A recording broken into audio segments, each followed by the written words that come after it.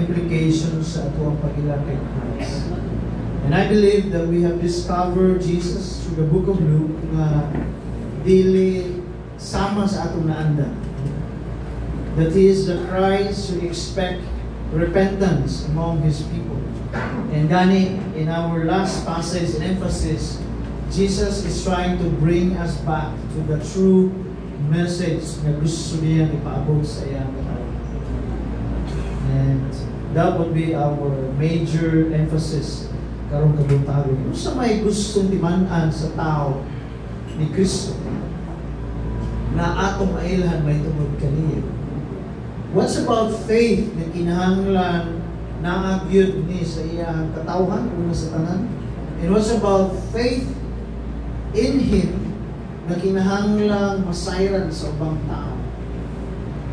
And then what's about the message na gusto ni Kristo na iyahang gusto sa tao na iyahang masabtan yun mo na atong pagkakuptan as we come to obey Him and discover Him.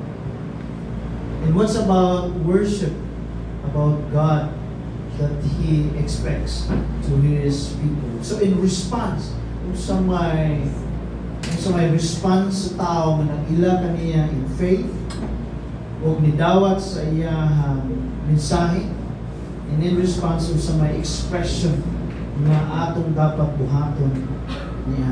So adunay tulo ka category na gusto na kay pagtagad ka magkitahin mga tungod sa last appearing ni Christ and His disciples.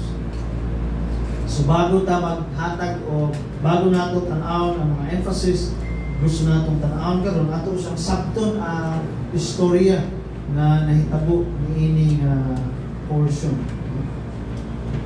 And so in this particular passage, si Luke lang ang nagsulat niining klase na summary. Only Luke who have given us an account of the summary of the 6 weeks stay ni Jesus. Kung yung mapansin sa account ni Matthew, ni Mark, and ni John, walay mga detalye nga gisulat na si Lucas except sa details nga naay gistorya si Jesus nga duha ka tawo on the road. But all the rest of the appearance ng ihimo ni Jesus was a summary of a total appearance in Christ. So that is why wala tayong mabasa na detailed summary or detailed account may tungod sa pagdaog ni Thomas. Wala sa tayo detailed account may tungod sa iyang dialogue with the disciples na iyang gibilin, especially with Peter. Iyang panugon kay Peter at panugon sa mga disciples. Wala tayo nga ng account. Tungod kay ang si Luke iyang i-summarize ang entire what had happened in the encounter. So, in other words, kung ato ang i-analyze ang iyang gisulat, gitagalan ta niya og simpleng illustration or writings may tungod sa kung paano, kung saan nahitabo when Jesus have risen from the dead. And so, ang minaingon ni Lucas dito is that simply He rose from the dead and then He resurrected and then nagpakita siya to some men, especially to His disciples. Pero wala na ginatawag nato may essential element involving to that appearance. Pero ang pangutana is that kung sa may atong makutlo na emphasis na gustong tagaan ni Lucas niining ato ang katapusan, especially in the last account na iyang gisulat. At the same time, what can we learn about Christ in this last account? Okay, sa dili pa na atong mahinduman nga kini nga account is a continuation of what we have discovered or discussed last Sunday. Nga ang ending is that kung sa ending ato nagpakita or nailhan si Jesus sa tao na iyang gisabayan, si Cleopas, o niya siya kauban na wala ginganlan, pero duha ka tao iyang gisabayan at that night. And then, at that night, nailhan nila si Jesus. But for the whole day, nag-istorya sila, but for the whole day na naminaw sila kay Christ, they did not recognize. And then, what is interesting is that Jesus respond sa ilahang dinner invitation. And during sa dinner, dito nila nailan pa si Jesus. So for the whole day, sila knowledge kung kinsa lang until the time na ilang nakita ang kamot ni Jesus na nag-serve through the bread, and then they recognized it was him. Kaya nga naman, they recognized Jesus by not the figure of the face, but the scar in his hands. What is interesting dito sa ato ang nato na last time is that the moment they recognize, all of the sudden, nibiya po dahil si Jesus. Mao nga pangutanan ako diri, we were given an intro sa verse 36 nga samtang nagbalik sila, dagdagan sila pabalik sa Jerusalem, that is 7 miles. I don't know kung pila na kilometro of 7 miles. Pero layo, yun na. Samtang dagdagan sila pabalik sa Jerusalem, kay ingnan ang mga 12 apostles or disciples. All of the sudden, tuwa po si Jesus dahil. Samtang ka-istorya pa sila. Hangak pa sila ng istorya na nakita na mo si Christ, and then Jesus appeared. Ang pangutanan nini nga naman nga sa moment Jesus were recognized by the disciples, ano man na nawala rin siya. Nga naman nawala na lang niya sa bayi kining duha nang balik sa Jerusalem. Nga tuwa man na gihapon siya dito. Ano man na nahitabo diha. Nauna sila kabot, niya nagpakita dahil si Jesus, samtang hangak-hangak pa sila. Ano nga, niya, very strange, ano man ngayon ani ang appearance ni Jesus in their time. So makita natin diri nga ay strange appearance si Christ, na makita natin diri nga ay awkward, nga tawag natin na wala siya kaayo dwell in that sense. In fact, kung masawang nimo ang other account sa Gospel, after this appearance, pag-uman na nakita, na-recognize nila si Jesus, it was the Lord, Jesus again disappeared. Kung nilabay ang another week, bago siya nagpakita balik sa mga disciples. Niya, asam siya niya ng remaining for the last week. Diya ka nga nga na niya, nga di na siya magpundok. Nga madili na lang siya mag-dwell in the presence of His disciples aron na mas ma-empower pa sila, mas madugagan pa sila. So, one question. And so that is why we need to understand kung unsa ang gitudlo ni Jesus in this particular time. And so, in a clear observation sa passage na ito ang nabasa o sa story, dagan sa story, represent sa ito ni Luke, nga na yun ang appearance of Jesus, that He would appear at once, and then suddenly He would disappear. Na naman, tungod kay wala explanation, but Jesus is trying to teach His disciples again about what it is to have faith in Him. And so, mo na una na itong tanawin. Why it is important to have faith in Him. Tungod kay ang idea diri is that faith that does not necessarily require na a physical appearance of God.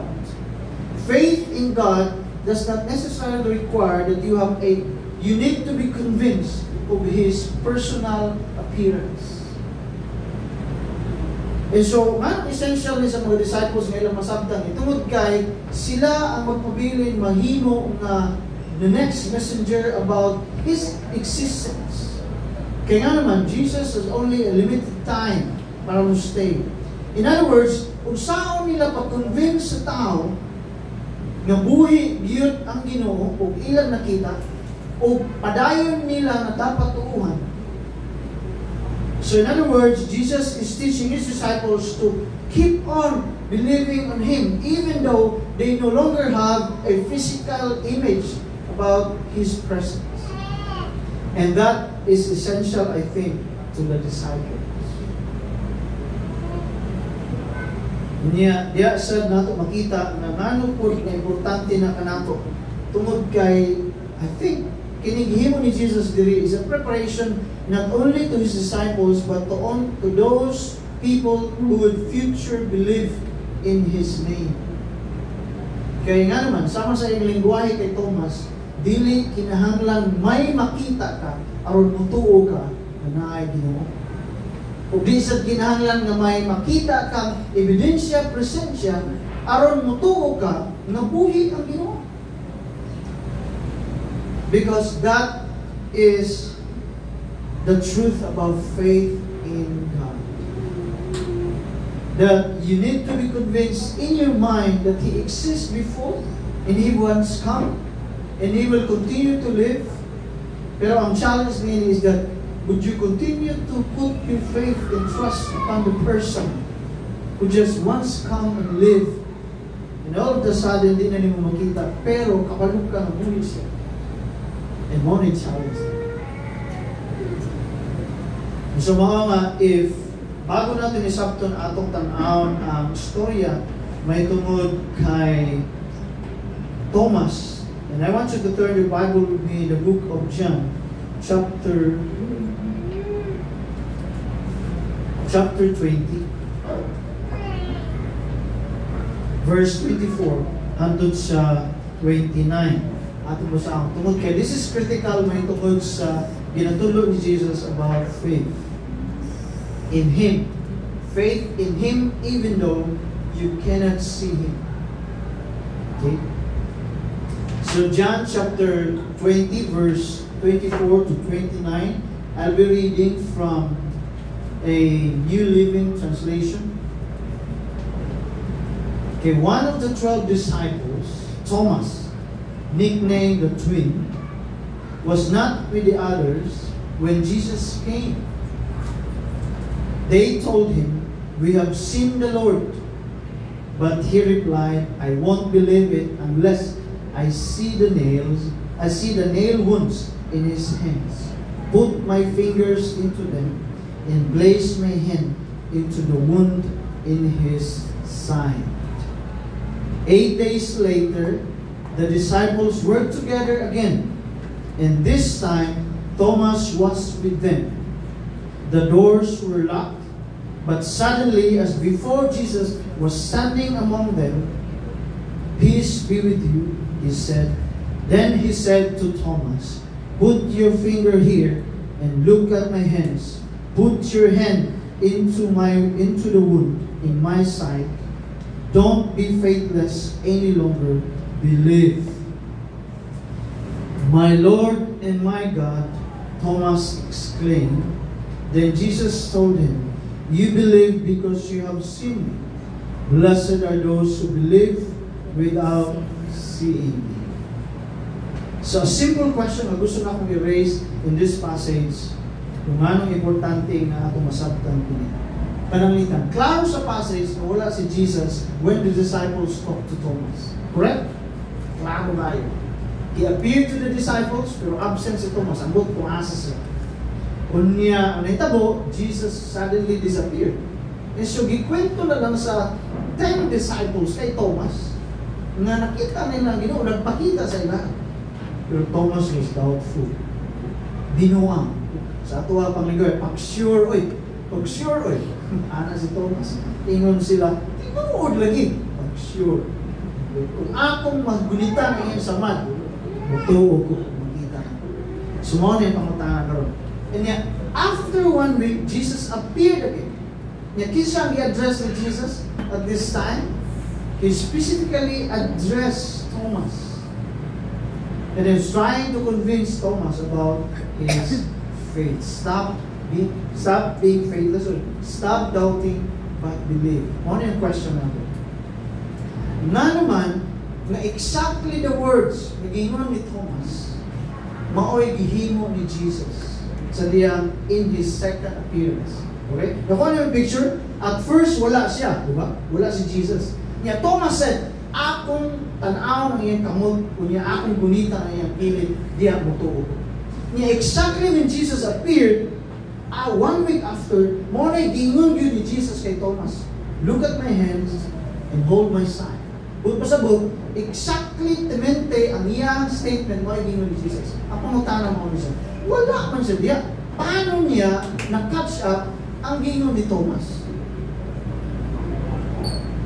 And so therefore, makita nato mao nga ang remarks ni Thomas, niluhod siya and acknowledge God that He is Lord and my God. First time in the disciples event nga naay nag-acknowledge kay Jesus og two ginatawag nato nga adjective mahitungod kung kinsa gyud si Christ. He acknowledged Jesus as not Lord. He acknowledged Jesus as Lord, being not Lord, meaning Sir. Dili na iya gingon. He acknowledged Jesus as Master.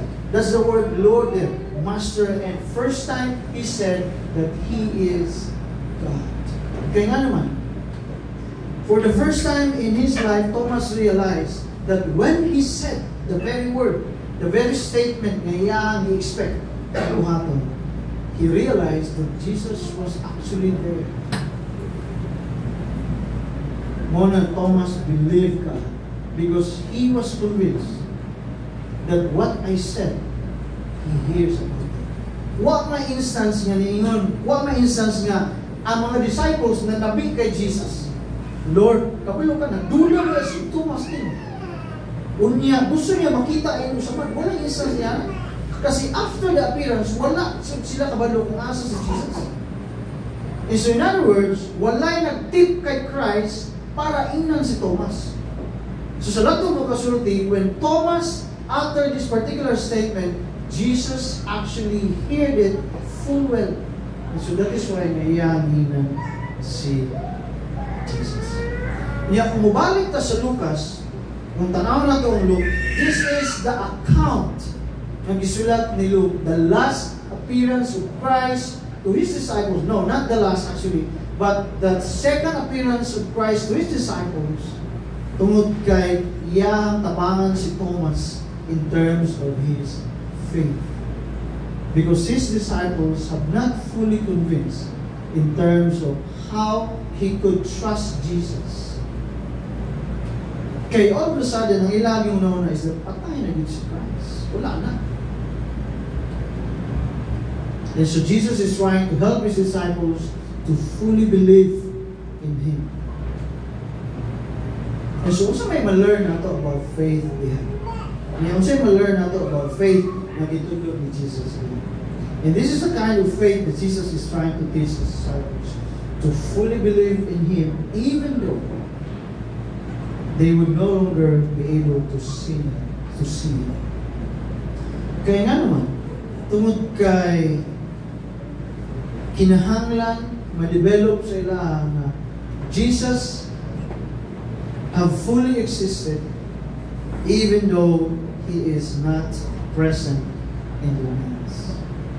Gusto mo na itulog ni Jesus kay Thomas to have faith in the person, in the one that you cannot really see. Ang reminds ni Jesus is that blessed are those who believe in Him and have not seen Him.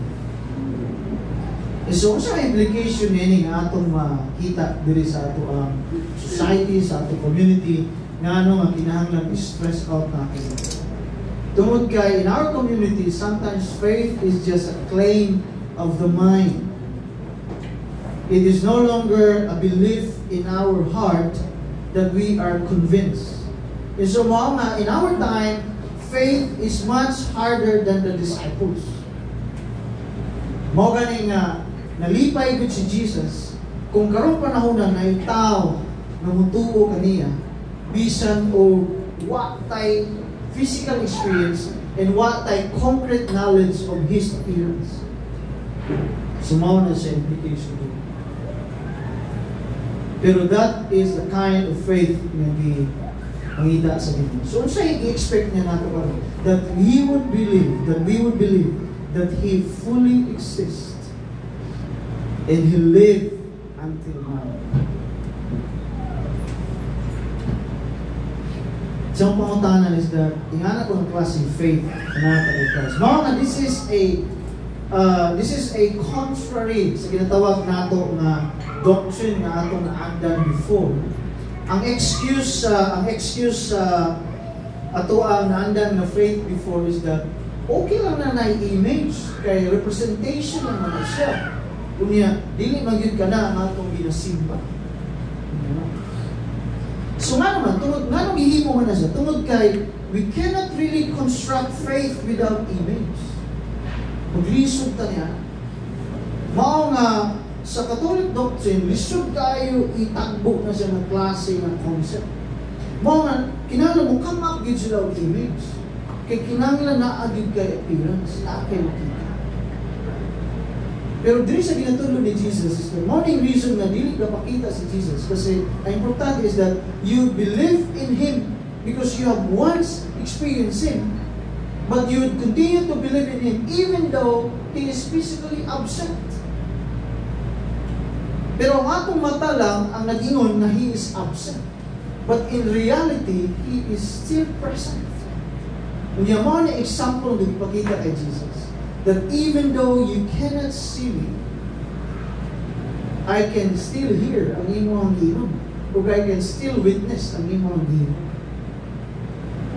And so ang challenge is that would you continue to believe in the one that says you must put your trust in Him, and yet wala kay ginatawag nato ng concrete understanding of His appearance. And if a person would trust Christ like that, and if a person would trust and believe Christ in such a manner, that person is full of faith. And that is the kind of faith that Jesus expects to each and every one of us. So mga akong challenge karon is that, do we have the kind of trust na i-expect sa Ginoo that we would fully trust Him even though wala tayo, what we hardly understand about His presence and about His living presence. So sa lahat ng pagkasulti, ang faith, dili lang ni siya kinatawag nato nga, you are trying to convince your mind that He exists. But faith is actually being convinced that Jesus exists.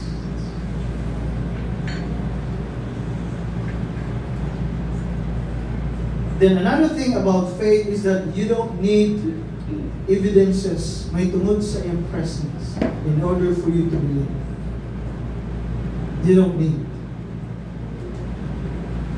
I think enough na ang testimonies na nasulat may tungod kay Christ. It is because they are witnesses of the Lord Jesus Christ. And it was written to us in a form of Scripture. Mga dakong pangutanan na nato karon is that, are we convinced na kining gisulat na ito kay Christ is true and reliable? Mga daghan kaayo mga tinuuhan karon in our present, in our society, community nga kana ba nagkanya-kanya na lang sila debate mahitungod sa relihiyon, mahitungod sa tinuuhan. Nga naman, tungod kay ang idea there is that we are trying to construct our image of God and our conviction about the Lord. The problem is that we are not really understanding the Scripture. Kung ang tanan lang gid bututok sa Biblia, panalitan kani pasas nga itong itanaw dito. Kung tanan lang gid bututok nini, simply masabtan yun mo ang ginatudlo sa Biblia. Why do you do that? Because the Bible is written to simplify their complicated experience. So gisulat ni Lucas ang komplikadong experience nila at that time about the appearance of Christ. Niya sa tuwa gisulat niya in a form na ako ma-describe na in our mind. Kasi nga naman, kinahanglan we need to be convinced may tungod sa ilahang na witness.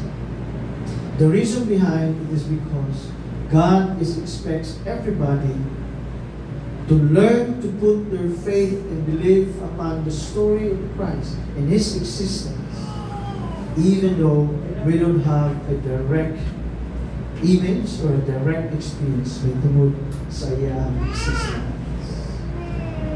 And that is the kind of faith that God expects to live. And so that's the first thing atong makita there. So Jesus is teaching His people, His disciples, to trust Him in faith, even though Ngayon ani ang nila experience of Christ. Or sa atong time karon, even though wala tayo concrete, comprehensive emails about the Savior. And so morning, nga daghan pong instance na maglisod ta sa atong kinabuhi, like pananglitan, maglisod ta in terms of obedience. Kaya nga naman, though we have faith in our mind about God, but in reality, murag ta si Thomas ba, nga dili ta conscious nga naagid siya sa atong tapat. So mo na kinahanglan natong i-reconstruct, refocus. Because faith in Jesus is not only being convinced in the mind, but faith in Jesus is being convinced that He really exists. In other words, He can really hear what you say, and He can see your actions and deeds. Instead, we say that we have faith in Jesus, then every action na ating buhaton, we must be careful tungod kay we are convinced that His presence is in our lives. And more so, ang atong ginahunaw-hunaw, ang atong ginaingon, kinahanglan bantayan gyud kay kabalo ka na sa iya. Meaning to say, faith is not just an imaginary vision of God. Faith is not just an imaginary mind-setting of the Lord. Faith is not just an imaginary concept of God. Faith is being true to what you believe, that He exists and He is alive. Nga namang importante nga itong sakto na. Kung kay, in reality, even though naatay konsepto sa Ginoo, naatay pagturo sa Ginoo, but in reality, in our daily lives, we don't really involve that. Bidobe, nag-ampo ba mo sa Ginoo sa diyan nag-desisyon mo nga inyong gamiton ng inyong blessing para sa inyong bakasyon? Kaya nga na instance, niingon ba tas Ginoo nga Lord, okay ra ba Lord, nagamiton na ko ni yung bonus na gihatag na ako kaya bakasyon may pamilya. Or like Lord, among gamiton ning amo ang bonus kaya amo ang gastuson sa gusto na ko. Gagmay lang nakabutang. What if we're talking about major aspect in our life? Major decision ni buhaton sa atong kinabuhi. Do we have that consciousness that His presence is among us? That His presence is with us? Do not have faith, di ba? Not have faith. Minuta na kay faith sa Ginoo. But faith is not like that. Faith is not just believing unto that He exists before and He will continue to exist now. But faith is believing that He exists before and He exists now and He will continue to exist, and you are conscious that He will hear what you say and you are conscious that He will see what you do.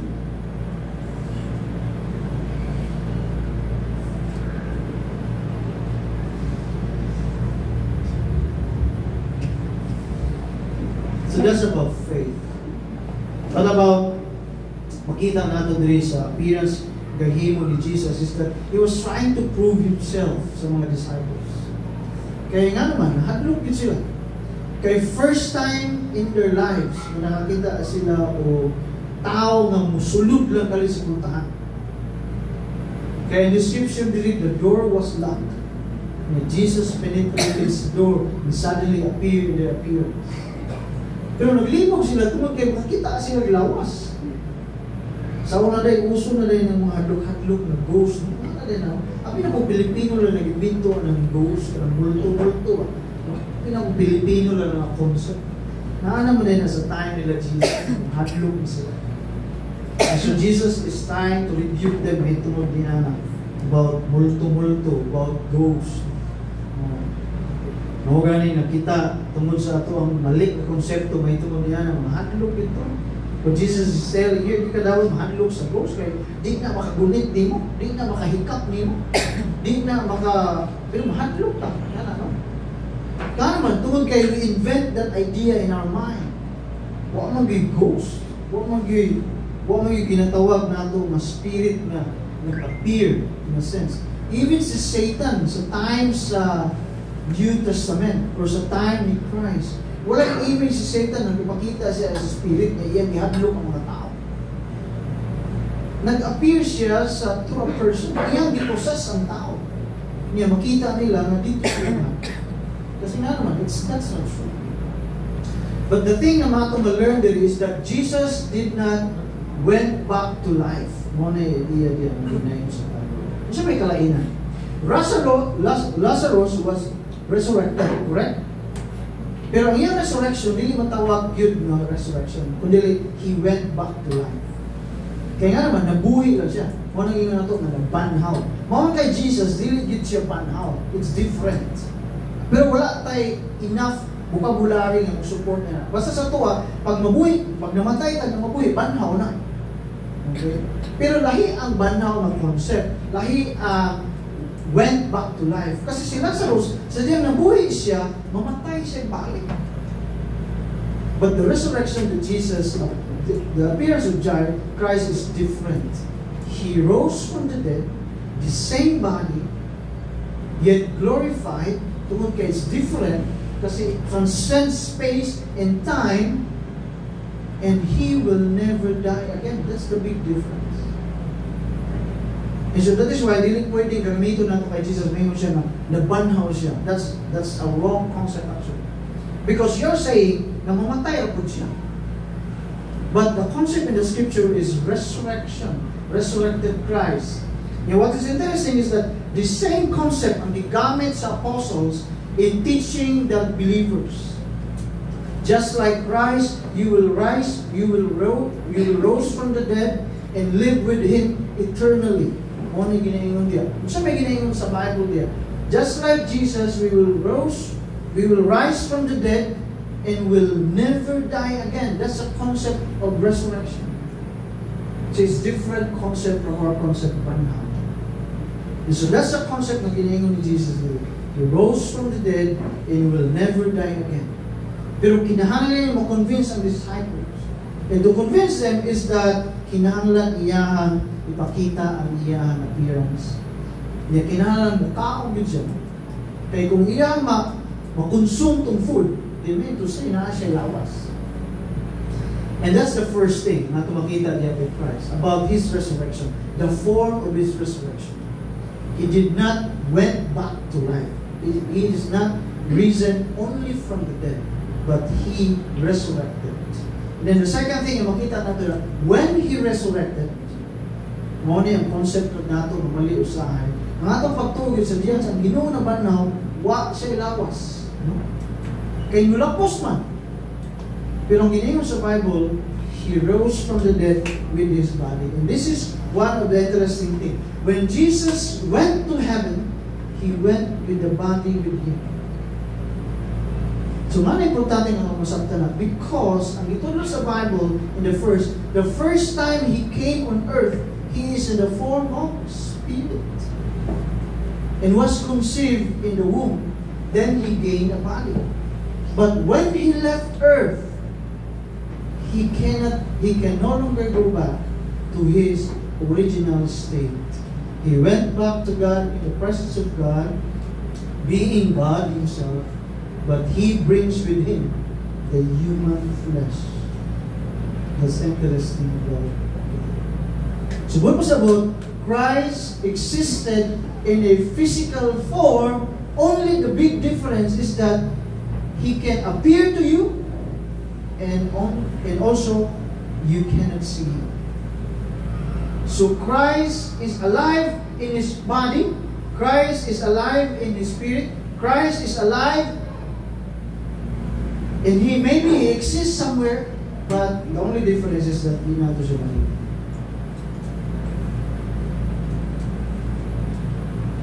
Nanong akong gidil ni tungod kay daghan ka nato unay concept ng pagsaka sa Ginoo sa langit, espiritu ni saka. That's not true. Because sa Bible, pagsaka ni Christ sa heaven, He brings with Him the body, the human body, na maupoy the same body niya. So therefore, He is in heaven, He is in the presence of God with physical form. Only the difference is that we cannot see Him. And then when He went back, we will be able to see it. And so therefore, sa may challenge ngayon ka natin karon, that is the Christ in the Scripture wherein we need to put our faith. Because He exists, physical and spiritual. So gipakita sa Ginoo na He's not only concerned with physical, but He is also concerned with physical. Because the same physical body Christ have before, the same body God resurrected. And so, mo ni gipakita diri nga concern sa Ginoo. And then we will have the same occasion, the same event will happen in our lives in the second coming. And we will have the same experience as Christ do. But now for a moment, what we need to exercise is faith in that living Christ, physical and spiritual. He is alive indeed. Unya, makadumog yun siya sa ato ang ginahuna. Makakita siya sa atong ginahuna, makadumog siya sa atong gingon, kung makabalusan siya, nagduga-duga tabi.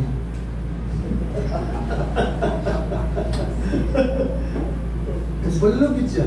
You get the point? Get the point? Ang gusto na akong i-communicate is that faith is that something in our mind. Faith must be exercised also in a physical idea. Just like Thomas, kinalan, you need to be convinced that Jesus, nadungog na niya akong ginoo. So, ginoo dahil, hindi na siya naa dito, naagi na siya dito. That is why Thomas said, my Lord and my God. And that is the kind of faith that we need to have in Christ. That, Lord, you are not just far away. You are not absent. You are actually here in present. Yung ano kailangan nato i-convince nato mind. Why? Because that will always safeguard us from committing any further sins. Mao bitaw nang atong kanunay pangutana pag miskot na kaluwas. Unsa man paso? Makasala ko man ta. Ano problema? Makasala ta kay ano? Wala mag-register nato ang iyang gitudlo. Kinahanglan you need to be conscious na naa sa imong katubaran. Kaya kung yan na kanunay ang atong concept about God, you'll be conscious. Magduduhag yung ka maghimog sa na. Mag-alangan yung ka himog sa na. Mag-alangan yung ka panghilabot. Kaya naago ng Ginoo diyan. Pero kung sa man para ka nato, it's just a term, no? It's just a term. Dili kita seryoso niya. May oras ta. Uy, ayo na buhatin na biyan Ginoo. Uy, kayo na. Uy, ayo buhatin mo. Kita biyan Ginoo. Uy, bad ba yan nato Ginoo? Kita biyan Ginoo. It's just a term. A statement. Tama man sa correct, pero kung kita na yung himo og sala, di kita magduduha. Naasa itong mind nga, kita yung Ginoo. Di kita mapungan na di nato buhaton. Kaya naman. Because faith is just a concept in our head that God exists and He sees us and He hears us. But we have no consciousness kung atong buhaton ni makita sa Ginoo, kung atong isulti ni makita sa Ginoo, kung madumog sa Ginoo. That is why we need to add that in our faith. That when we live by faith, we live every day with Him in our midst. That when we say we trust God by faith, we know that we are with Him in His presence. And He is with us. So it's not just a term, a language, a statement of confidence about being or having God. Okay, second emphasis na gusto ng tagaan diri was in verse 47. Okay. Verse 47. It was also written that this message will be proclaimed. What's a message will be proclaimed? The answer is found in verse 46. That Jesus suffered, that the Messiah suffered, and that He died, and then He rose from the dead on the third day. Muna ang summary sa gospel. We are preaching a suffering Messiah. Why He suffered? Because of sin. Why He died? Because of sin. And why He rose from the dead? Because God conquered sin. And verse 47 says, it was also, Jesus said, it was also the same message will be proclaimed in His name. to all the nation beginning in Jerusalem. And this is a summary ng gihatag ni Jesus. Unsay imong iwali. Unsay inyong ipahibalo sa tao. May tungod kay niya. And the Jesus message is simple. Ingon siya, there is forgiveness of sins for all who repent. First things first, repentance is a prerequisite to forgiveness. Mao nga naatay mali gyud kaayo o sayop kaayo ng baruganan in this life. Mingon denta ang tanang tao malangit na kay nagpakamatay na ang Ginoo sa cross, kay nabuhi na siya. Human ang tanan, gibayaran ang tanan. Yes, correct. But that act is an act of total what we call payment to everyone who sins. But usabot, God is finishing the act of paano nimo bayaran ang sala. Pero that doesn't mean na in that act, adunay nga tawag nato na automatic carry over sa tao. Kaya naman, not all repentance. So ang pangutanan mo na sa tao, ano man na repentance ang emphasis ni Jesus? Have you tried to think of that? And if you study the book of Acts does not preach the love of God. The apostles do not promote the grace of God. The apostles does not tell people that God loves you and you must come to God and consider Him. The apostle will always think and will always preach, repent before God. Then forgiveness. You will experience forgiveness. It is a prerequisite to God's forgiveness and grace. Why? Why is that? For simple reason, because kung atong tanaw ng ingon ni Jesus, it is sin the reason behind Jesus' suffering. And sin is the reason behind Jesus died. And sin is the reason behind why Jesus has to conquer the grave. And why is it sin is so serious in that sense? It is because sin is the one that separates us from God. And so that is why God is so concerned with our repentance, because it is the only thing that separates us from God. Pero ang pangutanan, kung saan ang repentance? Di man ta kayo familiar ni sa ato ang lingwahe hinulsol. Gusto mo na hinulsol. Kana bang ang tao na hinulsol na gina sa kung makita nimo naghilak gid siya. Grabe gyud ang hilak pag ganina pa kasi ba kanya. Ano hilak mo na siya? Na-realize na nakuha siya sa lasa. Pagkaon niya, or kaya po, taon. Simba ka dili niya, katungog ka sa awit. Mas kita ko. Kung tinuod, hilak sa luwag niyo. Pag-boot sa simana, pagka-Wednesday, ako dating gawin. Is that repentance? To move you by the emotions? No. Repentance in the Bible is the will to act because of your sinful ways. Mga classic example nato diri si Nicodemus. Mga si Nicodemus, we praise God in Christ when he said, I will pay whatever I have stolen. Niya, wala ang hilak si Nicodemus sa tumatay. Wala man siya mingon dito, no! Yung gigapos si Jesus niya, na-realize yun ako nung nakasala ko. Naminaw siya sa gingon sa Ginoo. Naminaw siya sa gingon ni Jesus.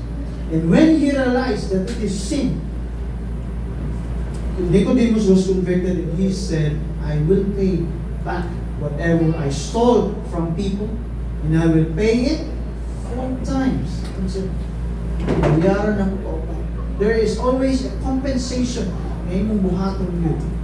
And that is repentance. Not to move you by the emotion or by your mind, but to move you by the conviction that you sin against God and you must sin no more. That is repentance. And then another thing, ang pangutana, kung saan man ang ayaw kinalang i-repent? Kung mo itong problema. Kaya mingon man na yung importante bigyan ng pastor na masabtan mo. Okay nga, di man yung kudautan ng tao. Una, ako'y nautangan siya lang, pero bayaran naman ako siya. Di man yung kudautan ng tao nga pareha sa mong silingan na nga ka sa paan o bakba. That's our problem. Kaya nga naman, ang atong una sa repentance is we only repent on the things, on the bad things na atong naibawan. But repentance in the Bible is not only the bad things you know, but even the good things nga imong giuna-una na makapalangit nimo, makapaluwas nimo, you must repent them from God.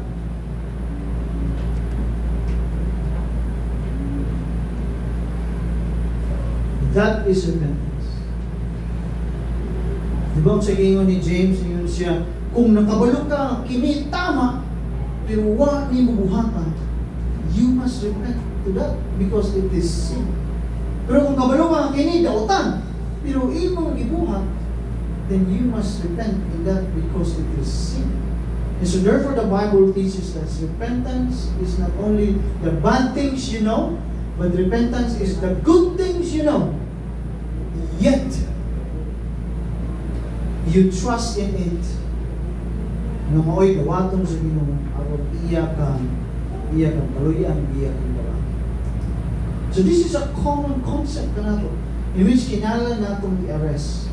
Kaya nga naman, we think that by doing great and by doing good and by just being a good person, we think that God will be appeased and God will accept us. And so that is why Jesus proclaimed to His disciples, preach the message of repentance, that everyone should realize. Kung saan may ginatudlo sa repentance? That everyone should realize that you offend God. Everyone should realize that we sin against God. And then we will experience His forgiveness. So, siya'y hatid ka na ito kini. Kanato ba nga nidawat sa iyang kapasayuan? Napag-itinurog na repentance? When we look at our lives, are we really turning our ways fully to God? Or from time to time, ingon di ako tas Ginoo nga, we're guilty giguan ba, pero sabot siguro si David.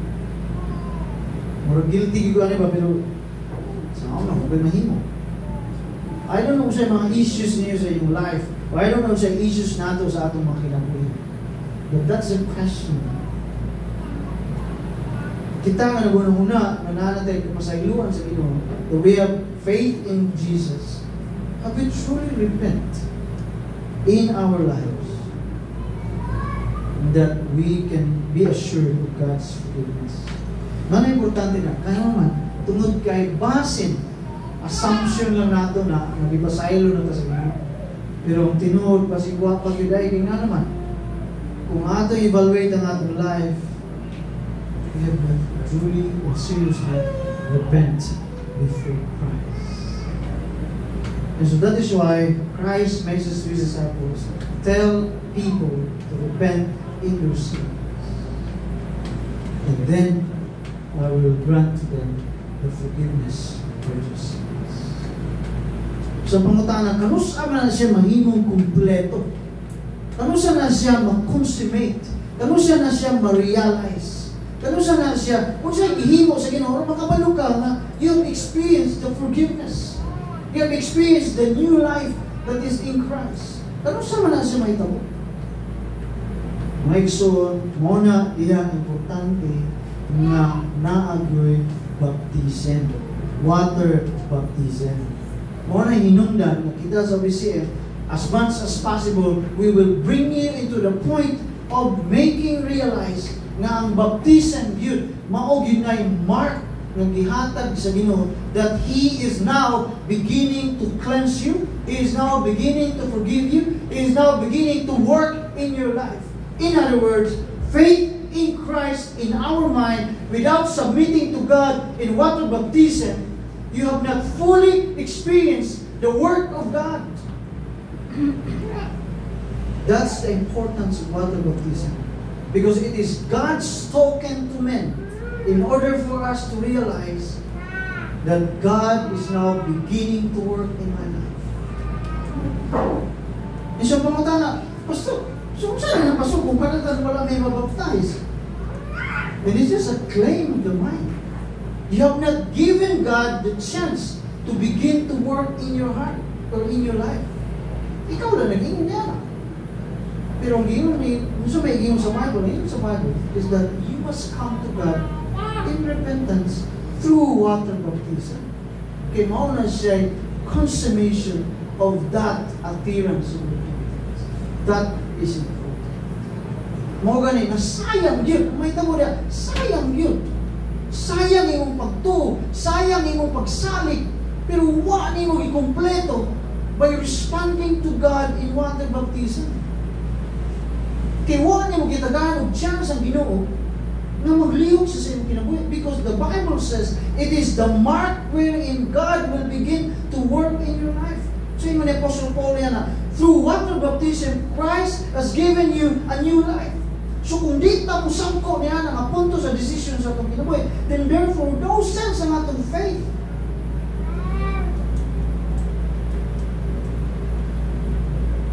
So that's how very important ang gingon ni Jesus. Ang gingon ang baptism. That is why in the book of Matthew, it is the last command Jesus had given to His disciples. Teach them to repent and baptize them in the name of God and teach them to obey. Kaya nga naman, faith will become useless if it is not consummated under our submission before God and before Christ. So siyang may implication niya na po. Then therefore, our going to church, even though you have full faith about God, even though you have full trust about Christ, full knowledge about Christ, then therefore our going to church is useless and irrelevant. Why? Because we haven't fully attached to God in that sense. Yes, nagsugod ang atong pagtuo sa Ginoo. Yes, nagsugod ang atong pagsalig niya. But it must come into a full completion. Kaya nga naman, sa Bible, gitudlo nato, na i-deklara ang Ginoo, niya napoy buhaton ng tao. And in that element, adun na gitawag nato nga unification of that act. God will begin to act on you if you submit to Him through water baptism. And God will begin to work in you if you submit upon His Lordship. That is why in the New Testament, in the early New Testament, walay single believer na ningon na nagtuo ka kay Christ pero unya lang mo pabaptize. Walay single believer na ningon. Because anyone who professed and confessed that Christ is alive and true and He is God and I want to follow Him by faith, everybody is baptized. Automatic. So mao na mga igsoon na ako nang expound tungod I don't want you that your faith in Christ now by attending the church, by responding to Him, by believing in your mind, by believing in your heart, by trusting your life to Him will become useless. Ina naman. Wala man nato gibutang gyud sa gitawag nato na pagkakumpleto sa gingon sa Ginoo. We need to really find mao ganit ito, na si Jesus kita natong maulan. That even though, kung naay usa ka tao nga dili manginahanglan og baptismo nga gikan sa Ginoo, si Kristo na. Pero nga naman nagpabautismo sa tubig. Because that is a mark that he is in full submission to God's authority in his life. And the same is true with the believers. If we claim to have faith in Christ, then we must consummate it in a water baptism, because that is a mark that when we submit our full life and full will upon the Lordship of Christ and the Lordship and the sovereignty of God the Father. Repentance and forgiveness. Repentance first, then forgiveness you will experience. So it's not about love. I was surprised din. Nagkatapusan ang guningingo ni Jesus. Tapusan, if you want to sabihin mo na, tell people about God's love, about my love to them. No. Jesus said, tell them to repent. Kaya nakasala sila sa Ginoo, nakasala ang tanan sa Ginoo, then kinahanglan, we will settle every account. The only difference is that di na kamo bayad.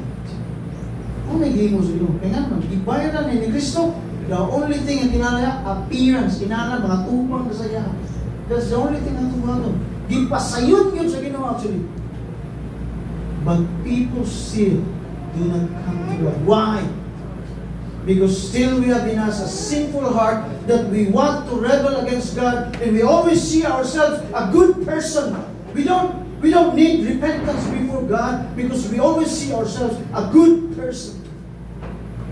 And I will tell you now, no one is good. Not even one, according to the Bible. And so therefore, we sin against God, and we must come to Christ for the repentance of our sins and for the forgiveness of our sins. That's the only thing. And lastly and finally, let's emphasize the passage first. Then, ato makita diri sa verse 52. Kung sa'yo ipakita na, isa gingon diri sa verse 52. Ingon diri, so they worship Him and then return to Jerusalem filled with joy, and they spent all their time in the temple praising God. There are two things na atong makuha diri nga atong obserbahan. Una sa tanan, because of their personal experience of Christ, they now worship Jesus in faith. Their worship becomes a worship of faith. Kaya nga naman, di naman nila makita. Pero they are fully convinced that He is alive and true. And that is worship. Another thing is that when you have understood and when you have come to the point of realization who Jesus is, wa gyud respond ang tao but to worship Him. To worship Him. And so I hope and I pray na when we go to church or when we honor the Lord, ingana nga atong heart. Because of our experience of God, we worship Him. Because it is a natural response to a person who felt forgiveness from the Lord, who felt saved from his sin, who felt saved from his frailty. That's a natural response. Normal yun na siya. That is why ang tao, nung kabalo siya, giluwas siya sa Ginoo. Kabalo siya, gitagaan siya, bagong kinabuhi. Kabalo siya, gitagaan siya, hope in this future niya. Ingrato pag-ihapon. Then that is not worship.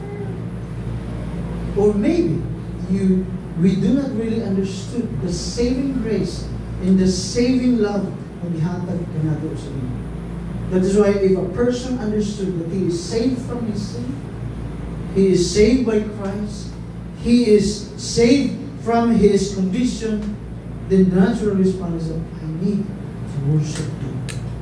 You will always worship God. You would not miss a very time that you will worship God. Because it is a natural response. The second and the last thing I want to learn today, time will become irrelevant to a person who knows God.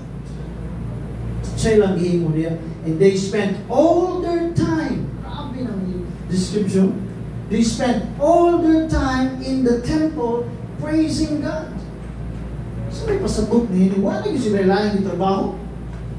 Wala naging sila ilang? Probably. I don't know kung saan ninyo na pag-interpret, pero probably. The description simply says, all their time in the temple.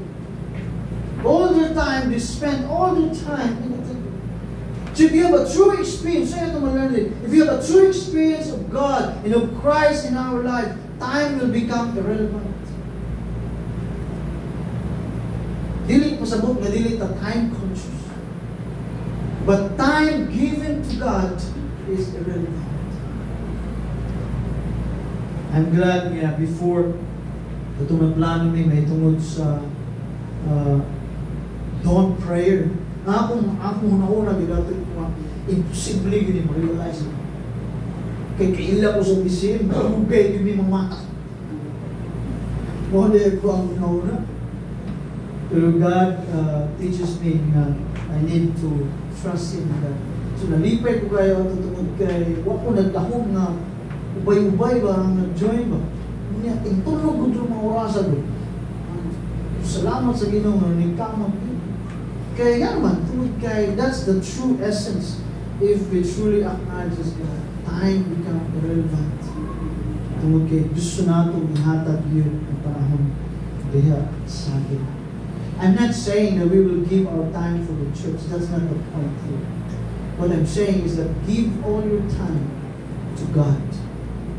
Not the things we do around the church, but to God. That's the emphasis. Not the ministry, but to God. Because if you're giving your time to God, in your life to God, it is a natural ministry. As much as we want you all to be involved in the ministries of the museum, but above all, our plea and our prayer is that you give all your time to God. Because that is a true faith and a true worship that you can offer to God. So sa ating balay, nakabatay nga ng expression. Kung bakit hadlo kayo, maduming mo lang ang ating expression sa Ginoo. Kung naikuti ka, sa inyong trabaho, do we have the consciousness that this time is for the Lord? Are we conscious that our faithfulness in the time of giving sa atong trabaho is an act of worship to God? Nabatay nga na klaseng consciousness sa mga estudyante. Are we aware na ang atong time sa eskwela, being faithful in that particular time sa atong mga subject is an act of worship before the Lord? Time to God.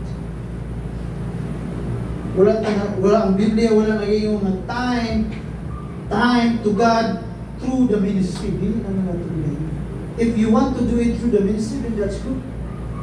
But the emphasis in the Bible is time for God. Time to God. Make everything in our time be honoring before the Lord as much as possible. Or not as much as possible, but every time. Cannot get a matter of desires. Why? Because it is a mark of the person who truly experienced the true presence of Christ in your lives. And so therefore, faith is not just a conviction in our mind or in our head, but it is a lifestyle that we need to live. And the message that we should always proclaim is that we teach people to turn to God because they sin against God. And primarily, first and foremost, kita yun, yung una na ay excitement, na ay worship expression there sa Lord because we have experienced it personally. Let us pray. Lord Jesus, we